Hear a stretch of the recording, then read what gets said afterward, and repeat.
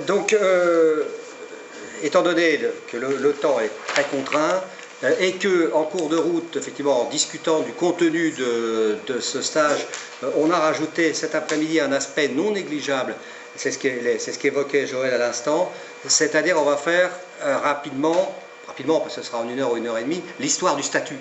Important. Comment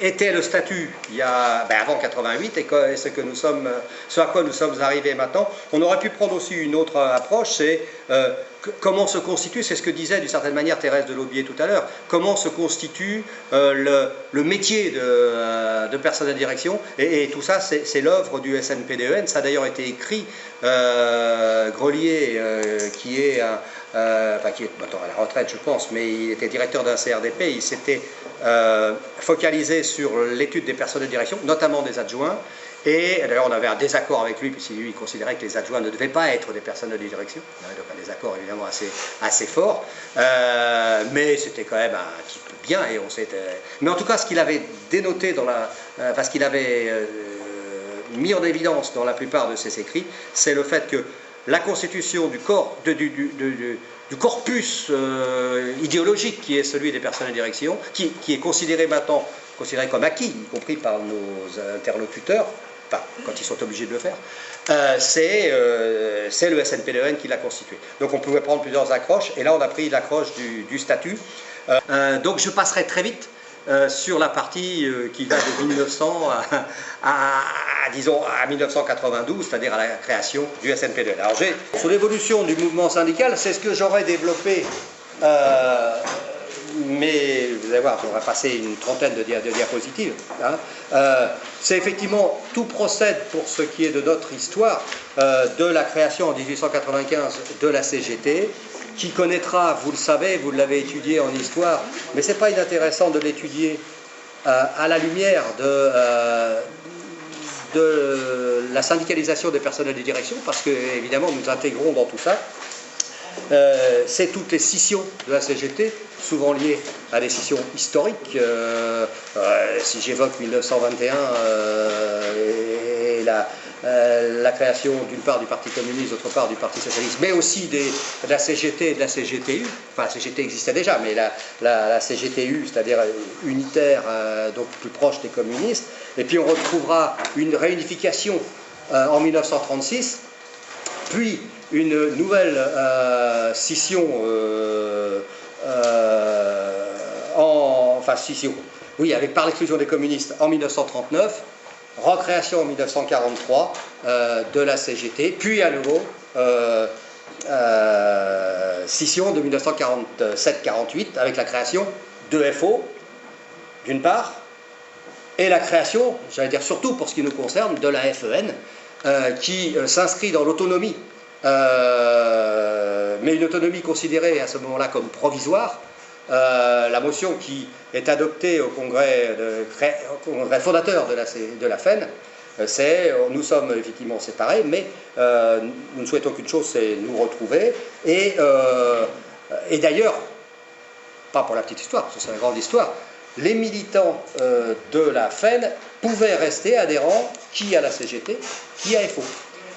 Jusqu'en 1953, ou en 1953, là, sur d'ailleurs essentiellement une décision du Parti communiste qui donne l'ordre à la CGT de cesser cette double appartenance. Donc si elle cessait du côté de la CGT, elle cessait aussi du côté de FO. Et dernier élément par rapport à ce survol, j'en ai bien conscience, à ce survol, c'est le fait que l'existence de la FEN autonome allait de pair, et c'était dans la motion de 48, allait de pair avec l'existence des tendances, dont la FEN mourra, enfin qui du moins accélérera la fin de la FEN dans les années 92, et là on va entrer davantage dans les détails. Voilà, j'ai bien conscience d'avoir été très rapide. Vous trouverez plus de détails dans le schéma, dans le début, dans les diapositives, donc, que vous retrouverez dès que je vous les enverrai. On peut maintenant passer à ce document-ci, à savoir évolution du syndicalisme enseignant. J'ai parlé de la FEN, donc depuis 47-48, vous avez là tout le tableau que j'essaie de faire le plus complet possible de l'évolution entre CGT et CGTU, parce que toutes les remous, toutes les évolutions se situeront là. Et d'autre part, c'est petit à petit toutes les créations des syndicats, avec les allers et les retours. Je prends un seul exemple, le premier syndicat d'enseignants.